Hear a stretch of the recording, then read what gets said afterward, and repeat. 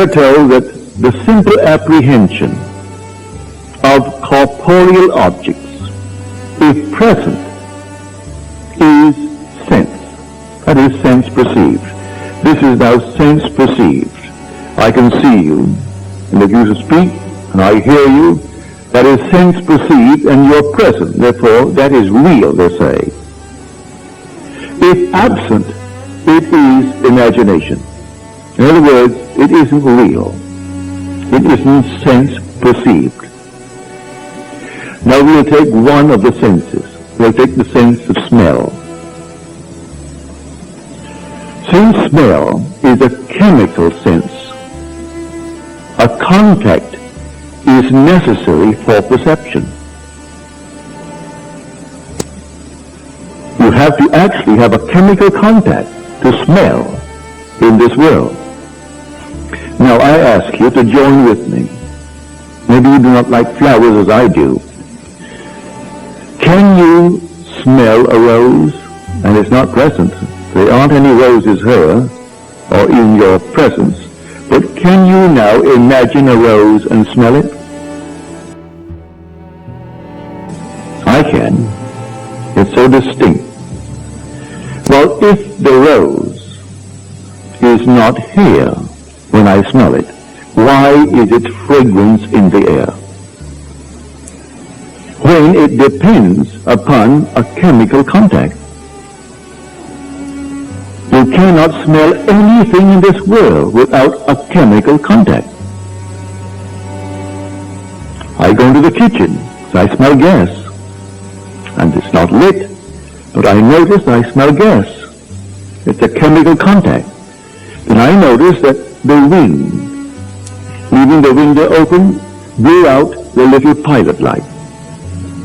I turn it on, and nothing happens. Therefore I know the pilot is gone. And I light it. But I could smell that was a chemical contact. If I could not detect it, I could just simply become asphyxiated. If I lost that olfactory nerve and could not reach that chemical contact. But now here, there's no rose, and I can actually smell a rose. Now, you say, well, what does that mean?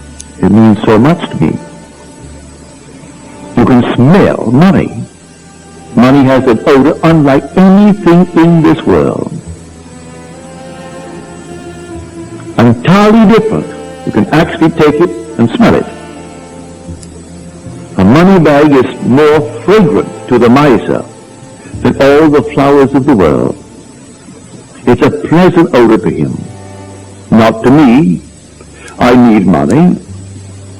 I have to have money to pay all the normal expenses in this world. But it's not to me a fragrant odor. But I use this principle towards getting money, towards meeting all the obligations of life. For I am obligated as you are. So I go down to the potter's house. Well, I can sit in a chair. I can stand at a bar. I can do it wherever I am right there in the potter's house, for I found the potter. The potter is my imagination. And the potter is the Father, the Lord God Almighty. And I found him. So I don't have to go any place outside of where I stand to be in the potter's house. And now I will see what he's doing. So I see what I'm doing. What am I imagining? For that's what he's working on. So I went down to the potter's house and I simply saw what he was doing. What am I imagining? Is it a good image that I am forming of myself and my friends and things that I love in this world? Or am I critical? Am I simply making a mess of the talent? I find quite often I am not using it wisely. I tell you that the worship of God is to use his gifts. That's the only way you really worship God. He gave you a talent. Well, the talent is himself. It comes through, naturally, the five senses. I may be denied 4 of them. As many are born minus 1, 2, 3, or maybe 4. Most will have the sense of touch, but some are born blind, or they go blind. Some go deaf. Some lost the sense of sound, speech. All these things, but nevertheless, I can use in my imagination all these talents. Physically, they may be denied me, but I still have an open door from within, and I can use it from within. I need not actually have them all open on the outside if I'm born restricted. I can still call upon them from within, as I do now, to smell the rose. A friend of mine, she's gone from this world now, in New York City many, many years ago. I told a story similar to this tonight. And sitting in my audience, she said, well now, I'm going to test this. And in the silence, she embraced a huge bouquet of roses. She lived in the towers, the Waldorf Astoria. So when she went home that night, as she went down the hallway towards her room, she detected a strong odor of roses. And she stopped at one door, thinking it might be fear. It was permeating the entire hallway. She kept on going, and it got stronger and stronger. And when she opened her door, here were 36 long beauties on her bureau. The window was open just a little bit, and it came bringing the odor through into the hallway.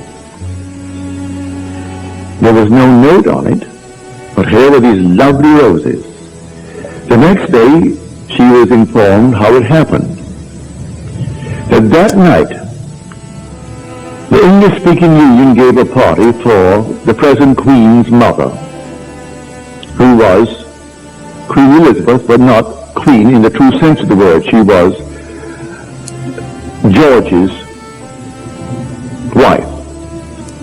But she was queen while he reigned.